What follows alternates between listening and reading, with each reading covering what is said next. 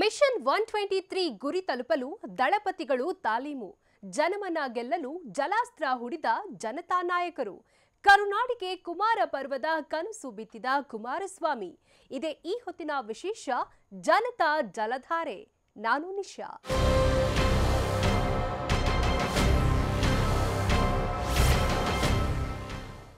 ವಿಧಾನಸಭೆ ಚುನಾವಣೆಗೆ ಇನ್ನು 1 ವರ್ಷ ಬಾಕಿ ಇರುವಾಗಲೇ ರಾಜ್ಯದಲ್ಲಿ ಚುನಾವಣಾ ಕಾವು ರಂಗೇರ್ತಿದೆ. ಎಲ್ಲ ಪಕ್ಷಗಳು ಈಗಿನಿಂದಲೇ ಅವರದೇ ಸ್ಟೈಲಲ್ಲಿ ರಂಗ ತಾಲೀಮು ಆರಂಭಿಸಿವೆ.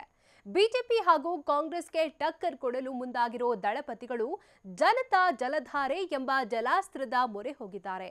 ಜನತಾ ನಾಯಕರ ಜಲಾಸ್ತ್ರ ಅದ್ಯಾವ ಮಟ್ಟಿಗೆ ಜನಮನ ಗೆದ್ದಿದೆ ಅನ್ನೋದಕ್ಕೆ ಇಲ್ಲಿದೆ ಒಂದು ವರದಿ.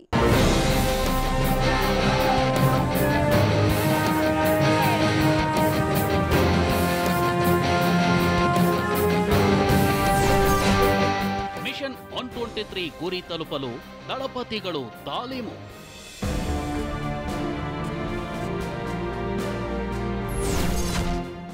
ಜನಮನ ಗೆಲ್ಲಲು ಜಲಾಸ್ತ್ರ ಹೂಡಿದ ಜನತಾ ನಾಯಕರು.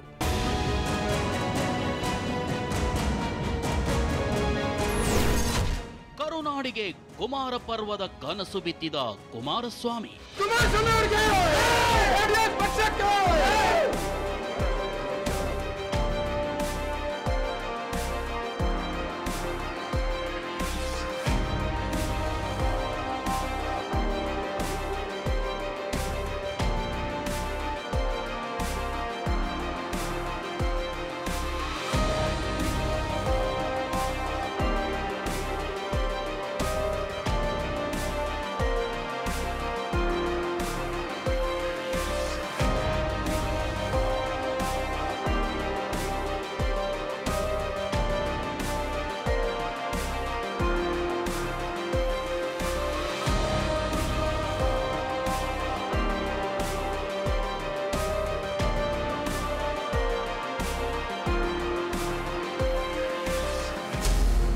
ರಾಜ್ಯದಲ್ಲಿ ವಿಧಾನಸಭಾ ಚುನಾವಣೆಗೆ ಇನ್ನು 1 ವರ್ಷ ಬಾಕಿ ಇರುವಾಗಲೇ ಎಲ್ಲಾ ಪಕ್ಷಗಳು ಈಗಾಗಲೇ ಚುನಾವಣೆಗೆ ತಮ್ಮದೇ ರೀತಿಯಲ್ಲಿ ಸಜ್ಜಾಗ್ತಿವೆ.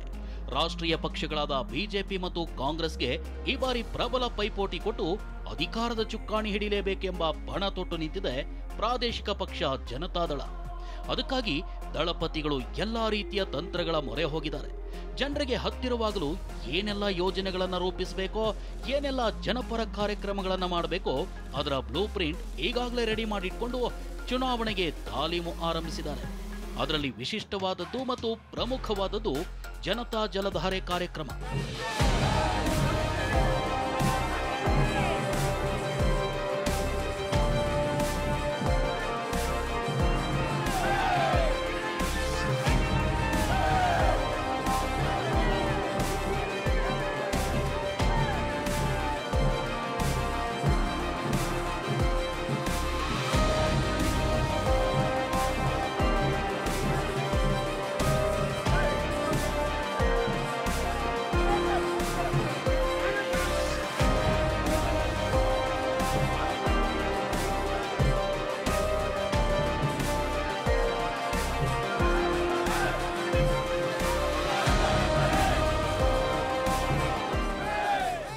ಈ ದೇಶದ ಬೆನ್ನೆಲುಬು ರೈತ.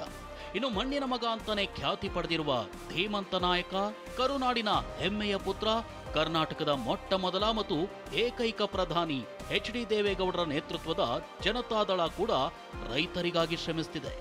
ರೈತ ಸುಖವಾಗಿದ್ರೆ ಈ ದೇಶವೇ ಸುಭಿಕ್ಷವಾಗಿರುತ್ತೆ ಅನ್ನೋ ನಂಬಿಕೆ ಇಟ್ಟವರು ದೇವೇಗೌಡರು. ಹೀಗಾಗಿ ದೇವೇಗೌಡರು, ಕುಮಾರಸ್ವಾಮಿ ಸೇರಿದಂತೆ ದಳಪತಿಗಳೆಲ್ಲ ಸೇರಿ ರಾಜ್ಯದ ರೈತರಿಗೆ ಒಳ್ಳೆಯದಾಗಬೇಕು, ಆ ಮೂಲಕ ನಾಡಿನ ಜನ ನೆಮ್ಮದಿಯಿಂದ ಜೀವನ ಸಾಗಿಸುವಂತಾಗಬೇಕು ಅನ್ನೋ ನಿಟ್ಟಿನಲ್ಲಿ ಹಮ್ಮಿಕೊಂಡಿದ್ದೆ ಜನತಾ ಜಲಧಾರೆ ಕಾರ್ಯಕ್ರಮ.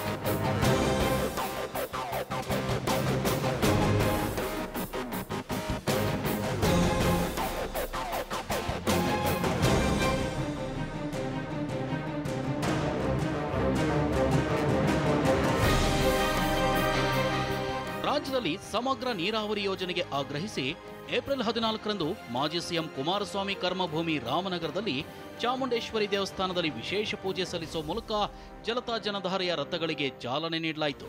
ಅಂದಿನಿಂದ 15 ರಥಗಳಲ್ಲಿ ಪವಿತ್ರ ಜಲವನ್ನ ಸಂಗ್ರಹಿಸೋ ಕಾರ್ಯ ಆರಂಭವಾಯಿತು. ಸುಮಾರು 94 ನದಿ ಹಾಗೂ ಉಪನದಿಗಳಿಂದ ನೀರು ಸಂಗ್ರಹ ಮಾಡಿ 180 ವಿಧಾನಸಭಾ ಕ್ಷೇತ್ರಗಳಲ್ಲಿ ರಥಗಳು ಸಂಚರಿಸಿ ಮೇ 8ಕ್ಕೆ ಬೆಂಗಳೂರಿಗೆ ಬಂದಿದ್ದವು. ಅದರ ಸಮಾರೋಪ ಸಮಾರಂಭವನ್ನ ಇಂದು ಹಮ್ಮಿಕೊಳ್ಳಲಾಗಿದೆ.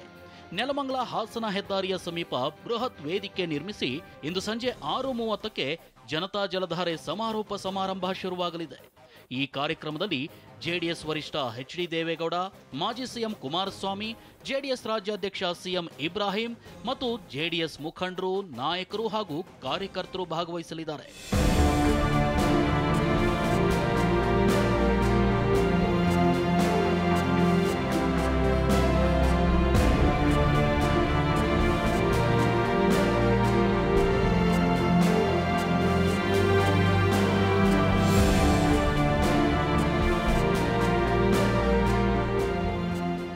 ಜಲಧಾರೆ ಸಮಾರೋಪ ಕಾರ್ಯಕ್ರಮಕ್ಕೆ ಸುಮಾರು 5ರಿಂದ 6 ಲಕ್ಷ ಜನ ಪಾಲ್ಗೊಳ್ಳೋ ನಿರೀಕ್ಷೆ ಇದೆ. ಹೀಗಾಗಿ ಅವರೆಲ್ಲರಿಗೂ ವಿಶಾಲವಾದ ಮೈದಾನದಲ್ಲಿ ಕಾರ್ಯಕ್ರಮದಲ್ಲಿ ಪಾಲ್ಗೊಳ್ಳಲು ಅವಕಾಶ ಕಲ್ಪಿಸಲಾಗಿದೆ.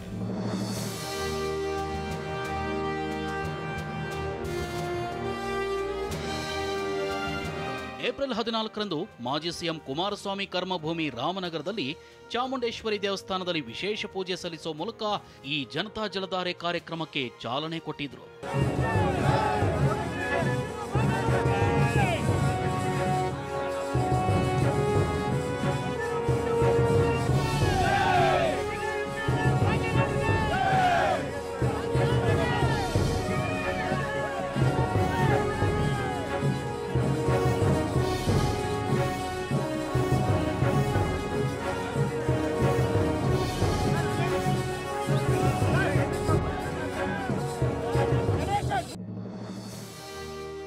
ರಾಮನಗರದ ಜಿಲ್ಲಾ ಕ್ರೀಡಾಂಗಣದಲ್ಲಿ ಏರ್ಪಡಿಸಲಾಗಿದ್ದ ಬೃಹತ್ ಸಮಾವೇಶದಲ್ಲಿ ಜಿಲ್ಲೆಯ 4 ತಾಲೂಕಿನ ಕಾರ್ಯಕರ್ತರು ಭಾಗಿಯಾಗಿದ್ದರು. ದೀಪ ಬೆಳಗಿಸಿ ಜಲಧಾರೆಗೆ ಚಾಲನೆ ಕೊಟ್ಟ ಜೆಡಿಎಸ್ ವರಿಷ್ಠ ಎಚ್.ಡಿ. ದೇವೇಗೌಡರು ಮಾತನಾಡಿ, ತಾವು ಕೈಗೊಂಡ ನೀರಾವರಿ ಹೋರಾಟಕ್ಕೆ ಯಾರೂ ಧ್ವನಿಗೂಡಿಸಲಿಲ್ಲ ಅಂತ ಗುಡುಗಿದ್ರು. ಒಂದು ಶಬ್ದ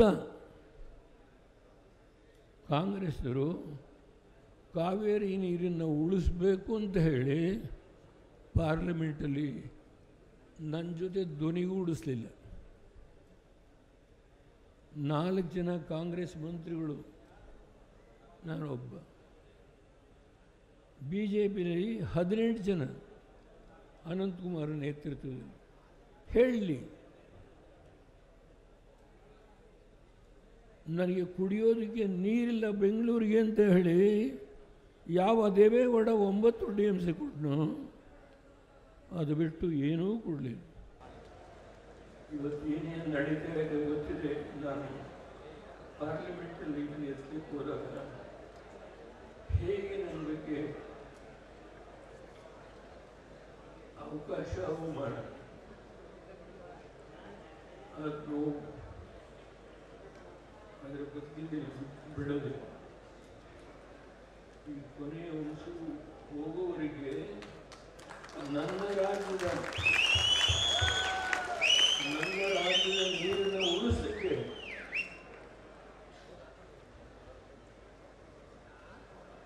ದೇವೇಗೌಡರು ನಡೆಯೋಕ್ಕಾಗೋದಿಲ್ಲ. ಏನು ಮಾಡೋದಿಲ್ಲ, ಮಂಡಿ ನೋವೇ ಹೋಗುದು, ಆದರೆ ತಲೆ ಒಳಗೆ ನೋವು.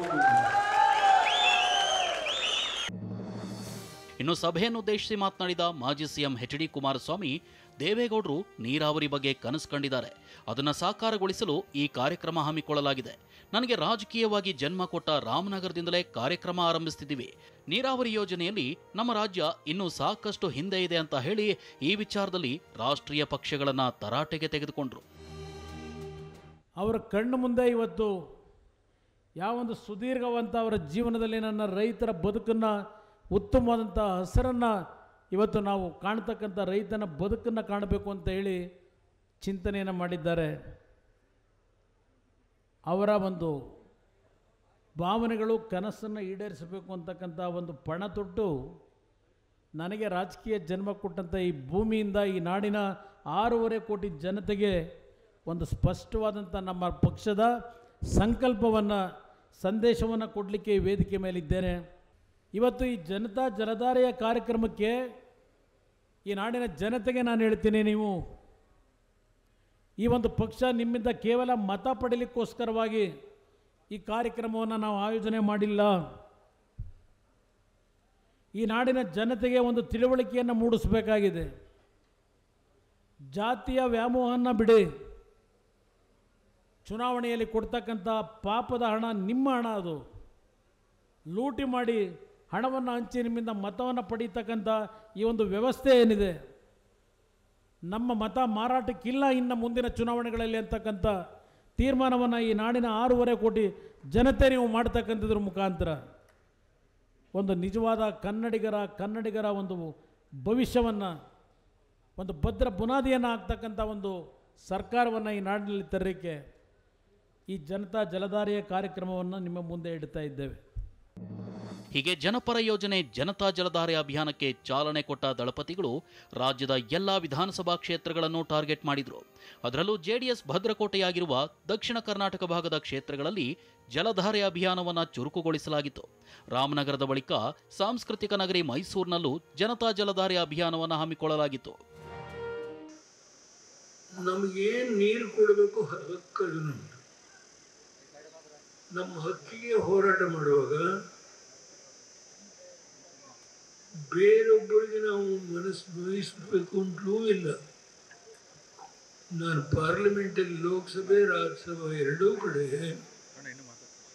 ಈ ವಿಷಯವನ್ನು ಎತ್ತಿ ಹೋರಾಟಕ್ಕೆ ನಿಂತಾಗ ಒಬ್ಬ ಕಾಂಗ್ರೆಸ್ನವರು ಮಾತಾಡಲಿಲ್ಲ. ಇನ್ನು ದೇವೇಗೌಡರ ತವರು ಜಿಲ್ಲೆ ಹಾಸನಕ್ಕೂ ಜನತಾ ಜಲಧಾರೆ ಅಭಿಯಾನವನ್ನು ಕೊಂಡೊಯ್ಯಲಾಗಿತ್ತು. ಏಪ್ರಿಲ್ 21ರಂದು ಹಾಸನದಲ್ಲಿ ಬೃಹತ್ ಸಮಾವೇಶ ನಡೆಸಲಾಗಿತ್ತು. ಜನತಾ ಜಲಧಾರೆ ಅಂತಕ್ಕಂಥ ಕಾರ್ಯಕ್ರಮಕ್ಕೆ ನಮ್ಮ ಪಕ್ಷ ಇವತ್ತು ಈ ಒಂದು ಚಾಲನೆಯನ್ನ ಕೊಟ್ಟಿರ್ತಕ್ಕಂಥದ್ದು. ಈ ನಾಡಿನ 6.5 ಕೋಟಿ ಜನತೆಯ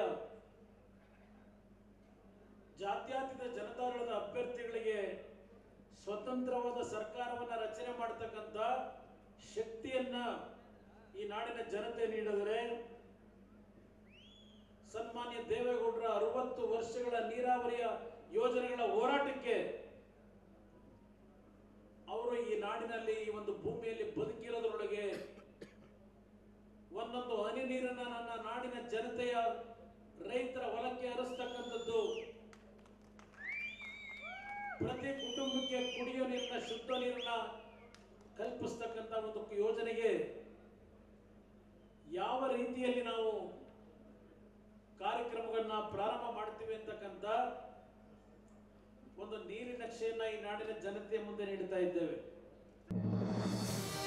ಇನ್ನು ಬೆಂಗಳೂರಲ್ಲೂ ಜನತಾ ಜಲಧಾರೆಯ ರಥಗಳು ಸಂಚರಿಸಿದವು. ಮೇ 11ರಂದು ಬಸವನಗುಡಿ ವಿಧಾನಸಭಾ ಕ್ಷೇತ್ರದಲ್ಲಿ ಹಮ್ಮಿಕೊಂಡಿದ್ದ ಜನತಾ ಜಲಧಾರೆ ಕಾರ್ಯಕ್ರಮದ ವೇಳೆ ಗವಿಗಂಗಾಧರ ಸ್ವಾಮಿ ದೇವಸ್ಥಾನದಲ್ಲಿ ಪೂಜೆ ಸಲ್ಲಿಸಿ ನಂತರ ಜಲಧಾರೆ ಕಾರ್ಯಕ್ರಮವನ್ನುದ್ದೇಶಿಸಿ ಮಾತನಾಡಿದ ಜೆಡಿಎಸ್ ವರಿಷ್ಠ ದೇವೇಗೌಡ, ಬೆಂಗಳೂರಿನಲ್ಲಿ ಈಗಾಗಲೇ ನೀರಿಗಾಗಿ ಸಾಕಷ್ಟು ಕಷ್ಟ ಇದೆ. ಟ್ಯಾಂಕರ್ ನೀರನ್ನು ತರಿಸಲಾಗ್ತಿದೆ. ಮುಂದಿನ ದಿನಗಳು ಇನ್ನೂ ಕಷ್ಟಕರವಾಗಿರಲಿವೆ. ಈ ಸಮಸ್ಯೆಗಳನ್ನು ಪರಿಹಾರ ಮಾಡಬೇಕು ಅಂತ ಹೇಳಿದರು. ಬೆಂಗಳೂರಿನಲ್ಲಿರೋ ಕಷ್ಟ ನಿಮಗೂ ಗೊತ್ತಿದೆ,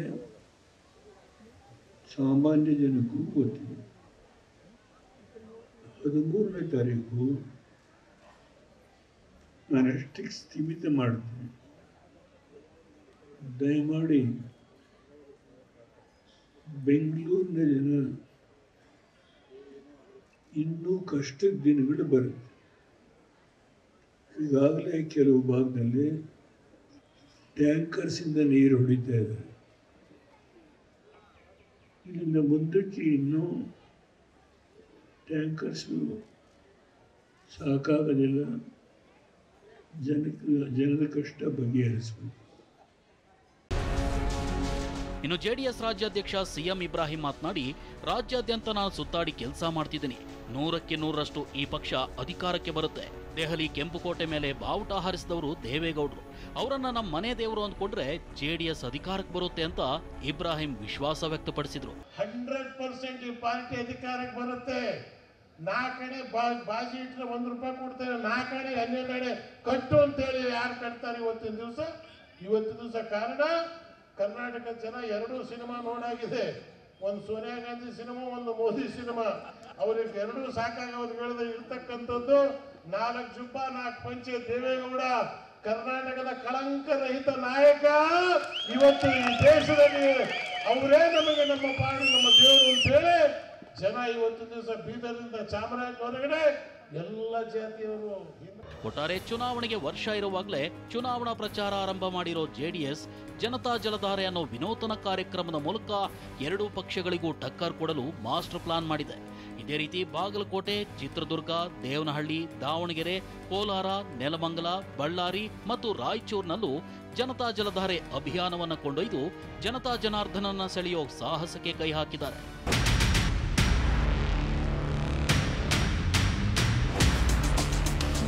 ಕುಮಾರಣ್ಣರ ಕನಸಿನ ಕೂಸಾದಂಥ ಜನತಾ ಜಲಧಾರೆ ಸಮಗ್ರ ನೀರಾವರಿ ಯೋಜನೆಯನ್ನು ಜಾರಿಗೆ ತರಬೇಕು ಅಂತೇಳಿ ಕುಮಾರಣ್ಣರ ಕನಸಿನಂತೆ ಈ ರಾಜ್ಯದ ರೈತರು ಯಾವುದು ಕಳ್ಕೊಳ್ಳೋದೇನಿಲ್ಲ. ಮತ ಒಂದನ್ನು ಕುಮಾರಣ್ಣ ಅಂತ JDS ಪಕ್ಷಕ್ಕೆ ಬೆಂಬಲ ಕೊಟ್ಟಿದೆ. ಆದರೆ 2 ರಾಷ್ಟ್ರೀಯ ಪಕ್ಷಗಳಿಗೆ ಅಧಿಕಾರ ಕೊಟ್ಟು ನೀವು ಅವರ ಆಡಳಿತ ವೈಖರಿಯನ್ನು ಗಮನಿಸಿದ್ದೀರಿ. ಆದರೆ 2 ಬಾರಿ ಕುಮಾರಣ್ಣರ ಸಮ್ಮಿಶ್ರ ಸರ್ಕಾರದಲ್ಲಿ ಭಾಗವಹಿಸಿರೋದ್ರಿಂದ ಅವರಿಗೆ ಪೂರ್ಣ ಸಹಕಾರವನ್ನು ಕೊಡೋದ್ರ ಮೂಲಕ ಈ ರಾಜ್ಯದ ಜನತೆ ಏನು ಅವರ ಸ್ವಾಭಿಮಾನ ಮತ್ತು ಅವರ ಒಂದು ಗೌರವ ಮತ್ತು ಅವರ ಒಂದು ಕಾಯಕವನ್ನು ಉಳಿಸ್ಕೊಳ್ಳೋದ್ರ ಮೂಲಕ ಈ ರಾಜ್ಯದ ಜನತೆಯಲ್ಲಿ ನಾನು ಪಕ್ಷದ ಪರವಾಗಿ ಮನವಿ ಮಾಡ್ಕೊತೀನಿ. ಯಾವುದೇ ಜಾತಿ ಧರ್ಮ ಭೇದ ಯಾವುದೂ ಇಲ್ಲದೆ ಒಂದು ಓಟನ್ನು ಕುಮಾರಣ್ಣಗೆ ಈ ಸಾರಿ ಆಶೀರ್ವಾದ ಮಾಡಿದ್ದೆ. ಆದರೆ ಸುಮಾರು 5 ಲಕ್ಷ ಕೋಟಿ ವೆಚ್ಚದ ನೀರಾವರಿ ಯೋಜನೆಗಳನ್ನು ರಾಜ್ಯದಲ್ಲಿ ಜಾರಿಗೆ ತರ್ತೀನಿ ಅಂತ ಕುಮಾರಣ್ಣವರು ಭರವಸೆ ಕೊಟ್ಟಿದ್ದಾರೆ.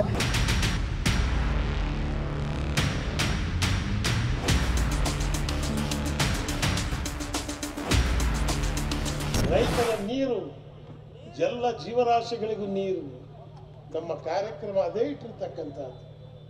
ಫಸ್ಟ್ ನಾವು ಜಲ ಕಾಪಾಡ್ತೇವೆ, ನೆಲ ಕಾಪಾಡ್ತೇವೆ. ನೆಲ ಜಲ 2 ಕಾಪಾಡಿದರೆ ನನ್ನ ತಾಯಿ ಕರ್ನಾಟಕ ಮಾತೆ. ಯಾವ ನಾಡು ಬಸವಣ್ಣ ಹುಟ್ಟಿದಾನೋ, ಯಾವ ನಾಡು ಕನಕದಾಸರು ಹುಟ್ಟಿದಾರೋ, ಯಾವ ನಾಡಿನಲ್ಲಿ ಬಂಧನವ ಸೂಫಿ ಸಂತರು ಹುಟ್ಟಿದಾರೋ ಆ ನಾಡಿನ ಜನ ಇವತ್ತು ಹಸನ್ಮುಖರಾಗಿ ಜೀವನ ಮಾಡಬೇಕಾಗತ್ತೆ. ಅದಕ್ಕೋಸ್ಕರ ಇವತ್ತು ಈ ಹೋರಾಟ. ಸರ್ಕಾರ ಬರುತ್ತೆ, ಅನುಮಾನ ಇಲ್ಲ. ಸರ್ಕಾರ ಬಂದ್ರೆ 1 ರೂಪಾಯಿ ರಾಜ್ಯದಿಂದ ಹೊರಗೆ ಹೋಗೋದಿಲ್ಲ. ಇದು ಶಿವಪ್ಪನ ಮರದ ಬೀಜ, ಅದು ದೇವೇಗೌಡರ ಮರದ ಬೀಜ. ಈ 2 ಬೀಜದ ಕಾಳುಗಳು ನಮ್ಮ ನಾಡಿಗೆ ಬೇಕಾಗಿದೆ ಅಂತ ಹೇಳಿ ತಮಗೆ ಹೇಳಿ ಇವತ್ತು ಎನಗಿಂತ ಕಿರಿಯರಿಲ್ಲ, ಹಿರಿಯರಿಗಿಂತ ನಾನಿಲ್ಲ. ಸದಾ ಶರಣರ ಪಾದದ ಧೂಳಿಯಾಗಿ ದುಡಿಯೋ ಕೂಡಲ ಸಂಗಮ ದೇವ ಹೇಳಿ ಗಂಗೆ ಇಲ್ಲಿಂದ ಬಿಡ್ತಾ ಇದೆ, ಗಂಗೆ ಮೇಲಿಂದ ಬೀಳ್ತಾ ಇದೆ. ಜೈ ಹಿಂದ್.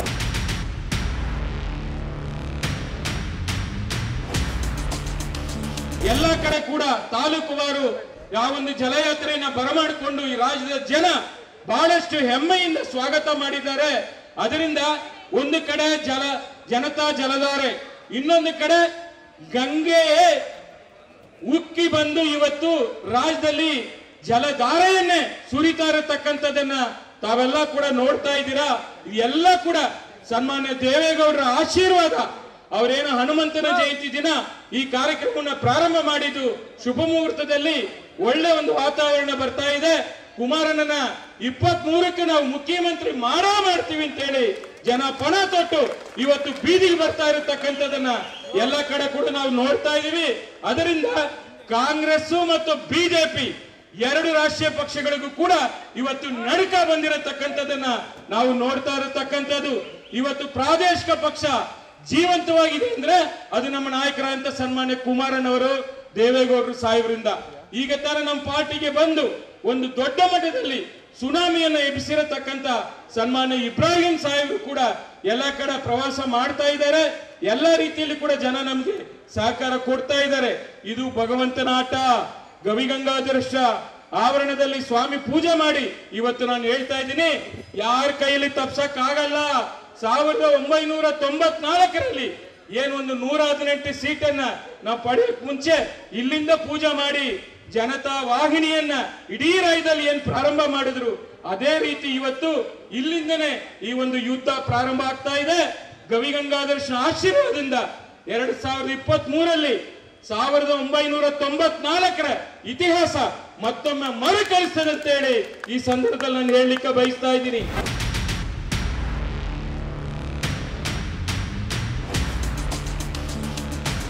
ಈ ಜನತಾ ಜಲಧಾರೆಯ ಉದ್ದೇಶದ ಬಗ್ಗೆ ಬಹುಶಃ ಈಗಾಗಲೇ ತಮ್ಮೆಲ್ಲರಿಗೂ ತಿಳಿದಿರಬಹುದು. ಕಳೆದ 16ನೇ ತಾರೀಕಿನಿಂದ ನಾವೇನು ಈ ಒಂದು ಕಾರ್ಯಕ್ರಮವನ್ನು ನಾಡಿನ ಸುಮಾರು 15 ಪ್ರಮುಖ ನದಿಗಳ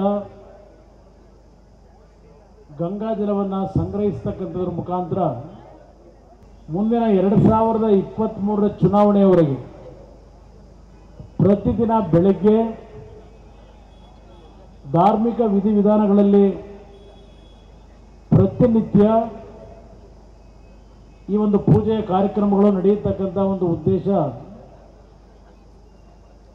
ಸ್ವಾತಂತ್ರ್ಯ ಬಂದು 75 ವರ್ಷಗಳನ್ನು ಕಳೆದಿದ್ದೇವೆ.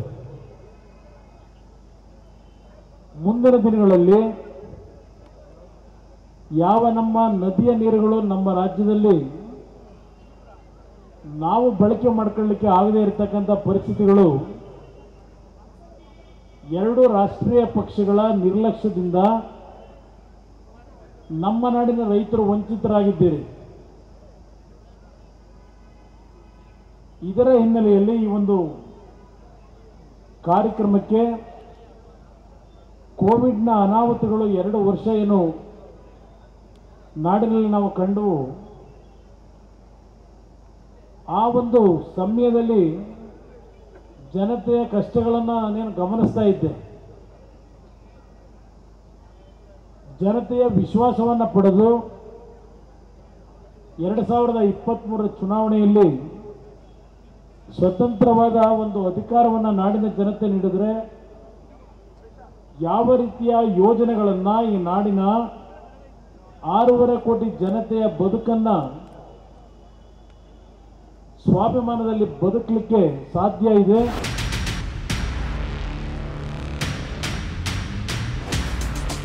ತೊಂಬತ್ನಾಲ್ಕು ಸ್ಥಳದಲ್ಲಿ ನೀರಿನ ಸಂಗ್ರಹ ಮಾಡಿ ಬೆಂಗಳೂರಿಗೆ ತಲುಪತಕ್ಕಂಥ ಕಾರ್ಯಕ್ರಮದ ಉದ್ದೇಶ ಇವತ್ತು ರಾಜ್ಯದಲ್ಲಿ ಸ್ವಾತಂತ್ರ್ಯ ಬಂದ 75 ವರ್ಷಗಳ ನಂತರವೂ ಸಹ ರಾಷ್ಟ್ರೀಯ ಪಕ್ಷಗಳಾಗಿರ್ತಕ್ಕಂಥ ಕಾಂಗ್ರೆಸ್ BJPಯ ರಾಜ್ಯಕ್ಕೆ ಮಾಡಿರ್ತಕ್ಕಂಥ ದ್ರೋಹದ ಕೇಂದ್ರ ಸರ್ಕಾರಗಳ ನಡವಳಿಕೆ ಏನಿದೆ, ನಮ್ಮ ರಾಜ್ಯದ ನದಿಯ ನೀರನ್ನು ಉಪಯೋಗ ಮಾಡ್ಕೊಳ್ತಕ್ಕಂಥದ್ರಲ್ಲಿ ನಮ್ಮ ಹಕ್ಕನ್ನು ಪಡೆಯತಕ್ಕಂಥದ್ರಲ್ಲಿ ನಾವು ವಂಚಿತರಾಗಿದ್ದೇವೆ. ಮುಂದಿನ ಒಂದು ಚುನಾವಣೆಯಲ್ಲಿ JDS ಪಕ್ಷಕ್ಕೆ ಸಂಪೂರ್ಣವಾದಂಥ ಬಹುಮತವನ್ನು ಕೊಟ್ಟಂಥ ಜನತೆಯ ಆಶೀರ್ವಾದ ಪಡೀಲಿಕ್ಕೇನು ಕೊಡಬೇಕು ಅಂತಕ್ಕಂಥ ಮನವಿ ಮಾಡಲಿಕ್ಕೆ ಹೊರಟಿದ್ದೇವೆ. ಅದಕ್ಕೆ ಕಾರಣ ಅಧಿಕಾರ ಅನ್ನೋದಕ್ಕಿಂತ ಮುಖ್ಯವಾಗಿ ನಮ್ಮ ನದಿಯ ನೀರನ್ನು ಸ್ವತಂತ್ರವಾದ ಜನತಾದಳದ ಸರ್ಕಾರವನ್ನು ಅಧಿಕಾರಕ್ಕೆ ನಾಡಿನ ಜನತೆ ಕೊಡ್ತಕ್ಕಂಥ ತೀರ್ಮಾನ ಮಾಡಿದ್ರೆ ಮುಂದಿನ 5 ವರ್ಷಗಳಲ್ಲಿ ಸಂಪೂರ್ಣವಾಗಿ ನಮ್ಮ ನದಿಯ ನೀರುಗಳನ್ನು ಬಳಕೆ ಮಾಡಿ ಕೃಷಿಯ ವಲಯಕ್ಕೆ ಮತ್ತು ಕುಡಿಯ ನೀರಿಗೆ ಬಳಕೆ ಮಾಡ್ಕೊಳ್ತಕ್ಕಂಥ ಒಂದು ಸಂಕಲ್ಪವನ್ನು ತೊಟ್ಟು ಇವತ್ತು ನಾವು ಇಡೀ ರಾಜ್ಯದಲ್ಲಿ ಈ ಒಂದು ಯೋಜನೆ ಕಾರ್ಯಕ್ರಮವನ್ನು ಹಮ್ಮಿಕೊಂಡಿದ್ದೇವೆ. 75 ವರ್ಷಗಳಲ್ಲಿ ರಾಷ್ಟ್ರೀಯ ಪಕ್ಷಗಳ ನಡವಳಿಕೆಗಳಿಂದ ನಮಗೆ ಬರಬೇಕಂತ ನೀರಿನ ವಂಚಿತರಾಗಿದ್ದೇವೆ. ಅಕ್ಕಪಕ್ಕದ ರಾಜ್ಯಗಳು ಲಕ್ಷಾಂತರ ಕೋಟಿ ರೂಪಾಯಿಗಳನ್ನು ಖರ್ಚು ಮಾಡಿ ಯೋಜನೆಗಳನ್ನು ಪೂರ್ಣಗೊಳಿಸ್ತಾ ಇದ್ದಾರೆ. ನಮ್ಮಲ್ಲಿ ಇನ್ನೂ ಹಣವನ್ನು ಈ ಒಂದು ಯೋಜನೆಗಳಿಗೆ ಸಮರ್ಪಕವಾಗಿ ಬಳಕೆ ಮಾಡ್ಕೊಳ್ತಕ್ಕಂಥದ್ದು ನಾವೇನು ಕಾಣ್ತಾ ಇಲ್ಲ. ರಾಜ್ಯದಲ್ಲಿ ಸನ್ಮಾನ್ಯ ದೇವೇಗೌಡರು ಮುಖ್ಯಮಂತ್ರಿಗಳಿದ್ದಾಗ, ನೀರಾವರಿ ಮಂತ್ರಿಗಳಿದ್ದಾಗ ಮತ್ತು ಪ್ರಧಾನಮಂತ್ರಿಗಳಾದಾಗ ಒಂದು ವೇಗವನ್ನು ನೀರಾವರಿ ಯೋಜನೆಗಳಿಗೆ ಏನು ಕೊಟ್ಟರು ಅದು ಹೊರತುಪಡಿಸಿ ಮತ್ತು ಯಾವ ರಾಜ್ಯ ಸರ್ಕಾರಗಳು ಇವತ್ತು ಈ ನೀರನ್ನು ಉಪಯೋಗ ಮಾಡ್ಕೊಳ್ಳಿಕ್ಕೆ ಸರಿಯಾದ ರೀತಿಯಲ್ಲಿ ನಡವಳಿಕೆಯನ್ನು ನಾವು ಕಾಣಲಿಲ್ಲ.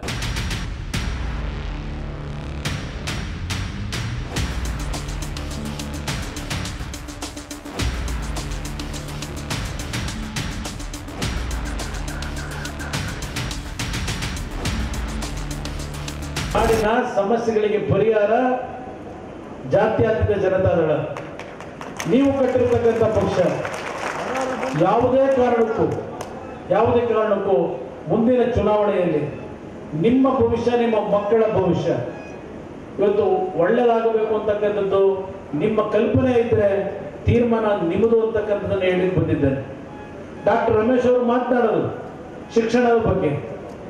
ಇವತ್ತು ನನ್ನ ಒಂದು ಕಲ್ಪನೆ 5 ಪಂಚರತ್ನ ಅಂತಕ್ಕಂಥ ಯೋಜನೆಗಳಿಗೆ ಚಾಲನೆಯನ್ನು ಕೊಡ್ತಕ್ಕಂಥದ್ದಕ್ಕೆ ಸಮಗ್ರವಾದಂಥ ಒಂದು ರೂಪುರೇಷೆಗಳನ್ನು ಸಿದ್ಧ ಮಾಡಿದ್ದೇವೆ. ಗ್ರಾಮ ಪಂಚಾಯಿತಿಯ ಮಟ್ಟದಲ್ಲಿ ನಮ್ಮ ರಾಜ್ಯದಲ್ಲಿ ಇರ್ತಕ್ಕಂಥ 6,000 ಗ್ರಾಮ ಪಂಚಾಯಿತಿಗಳು, ಆ ಗ್ರಾಮ ಪಂಚಾಯಿತಿಯಲ್ಲಿ LKG ಇಂದ 12ನೇ ತರಗತಿವರೆಗೆ ಇಂಗ್ಲಿಷು ಮತ್ತು ಕನ್ನಡ ಎರಡೂ ಭಾಷೆಯಲ್ಲಿ ನಮ್ಮ ಮಕ್ಕಳು, ಅವರಿಗೆ ತಂದೆ ತಾಯಂದರಿಗೆ ಯಾವ ಭಾಷೆ ಬೇಕು ಅಂತಕ್ಕಂಥದ್ದು ಅವರ ತೀರ್ಮಾನ. ಇವತ್ತು ಆ ರೀತಿಯ ಒಂದು ಗುಣಾತ್ಮಕವಾದಂಥ ಶಿಕ್ಷಣವನ್ನ ಉಚಿತವಾಗಿ ನೀವು ಎಲ್ಲೂ ಸಾಲ ಮಾಡಬೇಕಾಗಿಲ್ಲ. ನಿಮ್ಮ ಮಕ್ಕಳನ್ನ ಖಾಸಗಿ ಶಾಲೆಗೆ ಸೇರಿಸಿ ಅಲ್ಲಿ ಓದಿದ್ರೆ ನಮ್ಮ ಮಕ್ಕಳು ಬುದ್ಧಿವಂತರಾಗ್ತಾರೆ, ಶ್ರೀಮಂತ ಮಕ್ಕಳ ಜೊತೆಯಲ್ಲಿ ಪೈಪೋಟಿ ಮಾಡಬಹುದು. ಇದೆಲ್ಲದಕ್ಕೂ ತೆರೆ ಎಳಿಲಿಕ್ಕೆ ಶಿಕ್ಷಣವನ್ನ ಉಚಿತವಾಗಿ, ಯಾವ ಒಂದು ಜಾತಿ ಇರಲಿ, ಯಾವುದೇ ಒಂದು ಬಡ ಕುಟುಂಬ ಇರಲಿ, ನಿಮ್ಮ ಮನೆಯ ಬಾಗಿಲಿಗೆ ಉಚಿತವಾದಂಥ ಶಿಕ್ಷಣ ಕೊಡ್ತಕ್ಕಂಥ ಒಂದು ಯೋಜನೆ 5 ವರ್ಷದ ಸರ್ಕಾರದಲ್ಲಿ ನಾನು ಕೊಡ್ತಕ್ಕಂಥದ್ದು. ಅದೇ ರೀತಿಯಲ್ಲಿ ಆರೋಗ್ಯಕ್ಕೆ ಸಂಬಂಧಪಟ್ಟ ಹಾಗೆ ಪ್ರತಿ ಪಂಚಾಯಿತಿ ಮಟ್ಟದಲ್ಲಿ 30 ಬೆಡ್ಡಿನ ಆಸ್ಪತ್ರೆಗಳನ್ನ ಯಾವ ರೀತಿ ನಾವು ಇವತ್ತು ಪ್ರಾರಂಭ ಮಾಡಬೇಕು ಅಂತಕ್ಕಂಥದ್ದನ್ನು ನಿಮ್ಮ ಮುಂದೆ ಮಾಹಿತಿಗಳನ್ನ ಇನ್ನೊಂದು ತಿಂಗಳಲ್ಲಿ ಇದೆಲ್ಲವನ್ನ ಕೊಡ್ತೇವೆ.